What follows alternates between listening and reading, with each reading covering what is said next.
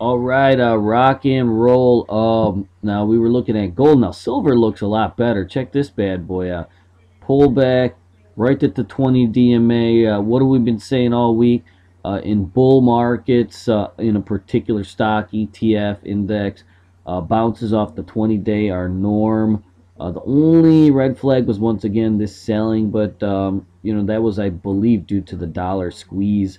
Um, Otherwise, this one looks more healthy than gold and actually indicates a pullback right to high, which means probably a good time to load up some of your favorite silver names. The ones that we always do: HL, EXK, SLW. You guys know the ones, but we'll keep an eye on them. For some breakout stocks. Oh, wait 1 second. We'll just look at the one other thing here. Since we've been trading a lot of China stocks, we definitely need to just to keep an eye on the FXI. Consolidating here, low volume. So this thing is still looking very, very bullish. We have support here, and FXI could break out really anything. We've seen China move on. It's right near its highs. We've seen China move on. News about anything, and it can squeeze 5-6%, which means uh, to this point, I would say till this 45 level is violated, we'll still play those China ding dongs till it falls out of flavor. Excess, keep this on the day trade watch.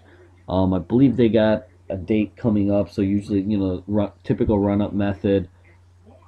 CPE, watch this thing for a break of 525. You got to zoom in a little bit sometimes to get the exact pricing. Um, but it looks very positive. Aztez, my girl, this is one of your faves, so keep an eye on this thing. CBEH, break over 200 days, should pop it to at least 9. If market's strong, furthermore, you could sell partial and run it to 10. Volume expanding, looking good. Docking was mentioning this in the chat room that he thought that zinc was a runner, so we'll take a look at this one. It could break over here. If not, slight pullback towards 1050 could start another bounce. The volume pattern is last couple days is pretty good too.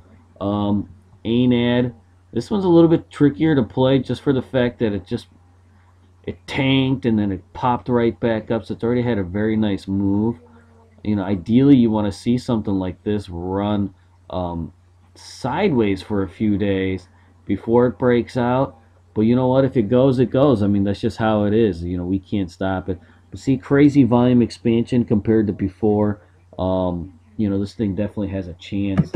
ZLC, look to add this either on weakness towards this 200 DMA for swing trade up, or you could probably buy a break right here of 275 or so. But be wary of this tail here. Usually tails indicate angry seller, somebody that's going to dump some shares on you. So there might be a little bit of sell pressure right there. IBCA, loving this one for tomorrow. I believe Ryan called this out earlier. Crazy volume expansion. This thing is ready to pop. Break over the 50 DMA.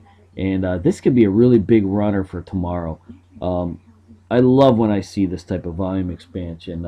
I know they did a dilution, so there's more shares out there, but it wasn't a huge dilution. VGZ, watch this for break of highs. Also, you might want to just watch this for a pullback. If you can get somewhere in that 260, 240 range, probably propel you forward, but still looks good. Kirk's, looking to add this on strength. To me, the trigger will be the break of today's high. So look at 557. The intraday chart looks really well too, and so it looks like right here you could probably will probably unleash it. Don't mind this. This was an after hours sell, but this is how it closed, and so over 557 really will trigger it, and then on the intraday too. So what we like to see for high probability trades is an alignment on multiple time frames. That's really going to tell you that something's going to go. URE looks good right here. The stop placement's going to be really hard. It's one of those things because the stop